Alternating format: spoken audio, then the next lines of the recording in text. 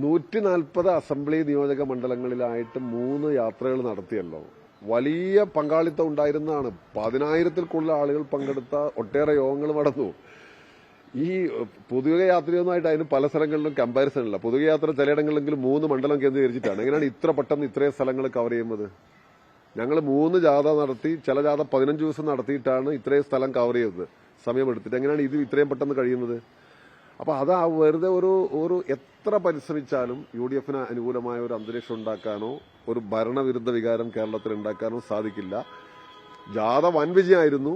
പിന്നെ CPIന്റെ ചെലവിൽ അത് ഇരിക്കട്ടെ എന്നുള്ളത് കൊണ്ട് കുറച്ച് അപവാദ വാർത്ത പാർട്ടിയുടെ പേരിലടക്കം പ്രചരിപ്പിച്ചു എന്ന് മാത്രമേ ഉള്ളൂ. വലിയ പങ്കാളിത്തം ഉണ്ടായിരുന്ന ജാഥകളാണ്. വൻ പങ്കാളിത്തം എന്ന് പറഞ്ഞാൽ ഒരുപക്ഷെ നമ്മള് ചില കേന്ദ്രങ്ങളിൽ ഉണ്ടല്ലോ ഇടതുപക്ഷ ജനാധിപത്യ മുന്നണി ഒരിക്കലും ജയിക്കാൻ സ്ഥലങ്ങൾ, അവിടെ പോലും വൻ പങ്കാളിത്തമായിരുന്നു. അതുകൊണ്ട് പുതിയ യാത്ര എന്ന് പറയുന്നത് ശരിക്കും ഒരു വിഭജന യാത്രയായിട്ടാണ്. ജമാഅത്തെ ഇസ്ലാമിയ വെള്ളപൂശാൻ നടത്തുന്ന ഒരു യാത്ര മാത്രമായിട്ട് അത് കേരളത്തിൽ അവസാനിച്ചു എന്നുള്ളതാണ്, അല്ല അവസാനിച്ചുകൊണ്ടിരിക്കുന്നു എന്നുള്ളതാണ്.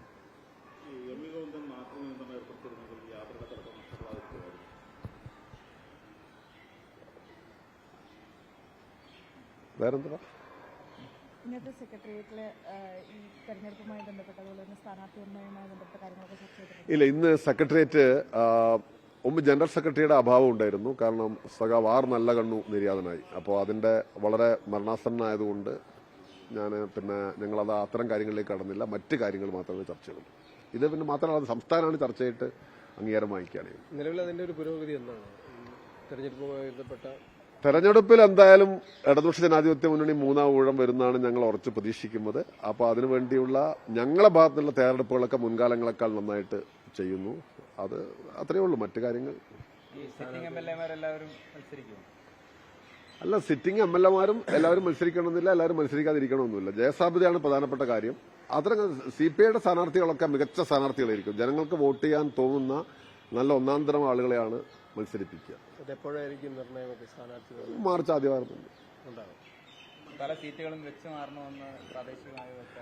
അല്ല അതൊക്കെ ഒരുപാട് വരുന്നതാണ്. ഇടതുപക്ഷ ജനാധിപത്യ മുന്നണിയുടെ സീറ്റ് ചർച്ചയുടെ ഒരു പ്രത്യേകത മറ്റ് പല സംസ്ഥാനങ്ങളിൽ നിന്ന് വ്യത്യസ്തമായിട്ട് ഫിക്സ്ഡ് ആണ്.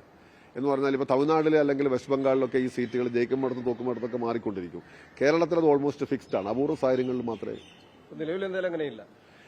നിലവിൽ അങ്ങനൊരു ആലോചന നടന്നതായിട്ട് എന്റെ അറിവിലില്ല. ഇല്ല, അങ്ങനൊരു സാധ്യതയും വിദൂരാണ്. എന്നാൽ അപൂർവം ചില സന്ദർഭങ്ങളിൽ ചില കാര്യങ്ങളിലൊക്കെ ഒരു 10% സീറ്റുള്ള കാര്യത്തിനകത്തൊക്കെ ചിലപ്പോൾ ഉണ്ടാവാറുണ്ടല്ലോ. മുന്നണി ഘടകകക്ഷികൾ വരുമ്പോൾ പോകുമ്പോൾ ഒക്കെയാണ് ഉണ്ടാകുന്നത്. ഇത്തവണ അങ്ങനത്തെ സാഹചര്യമൊന്നുമില്ലല്ലോ.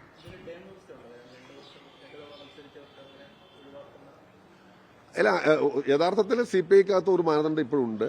ആ മാനദണ്ഡം കഴിഞ്ഞ തവണ ഞങ്ങൾ ചില പ്രത്യേക സാഹചര്യത്തിനകത്ത് ചില മാറ്റങ്ങൾ വരുത്തി. അത് സ്വാഭാവികമായിട്ടും ഇത്തവണത്തെ സാഹചര്യങ്ങൾ കൂടെ പരിഗണിച്ചുകൊണ്ട് വിന്നബിലിറ്റിയുള്ള ഒരുപാട് സ്ഥാനാർത്ഥികൾ ഉണ്ടാകുമ്പോഴാണ് ഇത് കൂടുതൽ പ്രസക്തമാകുന്നത്. ഇത്തവണ സാഹചര്യത്തിൽ ഞങ്ങൾ നോക്കും.